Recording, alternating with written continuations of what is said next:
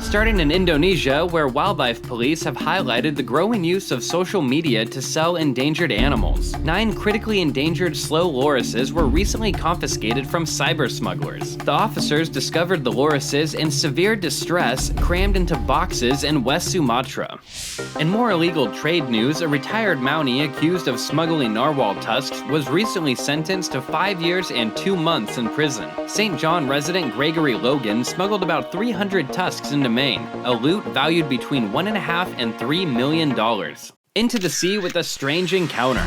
A Florida Keys snorkeler's day was cut short when a small nurse shark latched onto his stomach. The animal was sadly killed during the ordeal. Nurse sharks are generally docile, and it's thought this juvenile was startled into attacking.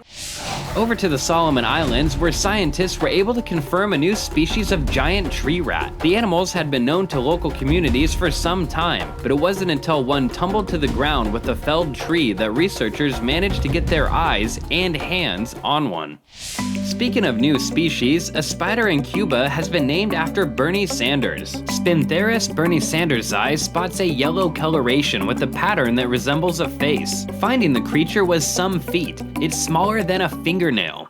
And a newly discovered deep sea sponge was found living in close quarters on the Pacific Ocean floor. The tiny white sponges are just 5 millimeters wide, but up to 32 can live in a single square meter of seabed. The sponges inhabit waters 5,000 meters deep. Off to the Philippines, where a so-called mystery whale has been identified. Based on the animal's rostrum, it appears to be a critically endangered western gray whale. Staying in the ocean, a new study suggests that sharks and rays live much longer than previously thought. An analysis of over 50 populations suggests that over 1/3 of their lifespans has been underestimated. Heading to China, where 2 captive giant pandas have been shipped to Indonesia. The couple, a male and a female, will live at a zoo outside Jakarta for the next decade. It's hoped that special breeding techniques will help bolster the population. Rounding off with an amazing predation. Photographer Chris Brunskill spotted a jaguar taking down a JAGUAR caiman along Brazil's Three Brothers River. That's it for this week. We want your opinions on these nature news stories. Be sure to let us know what you think in the comments below.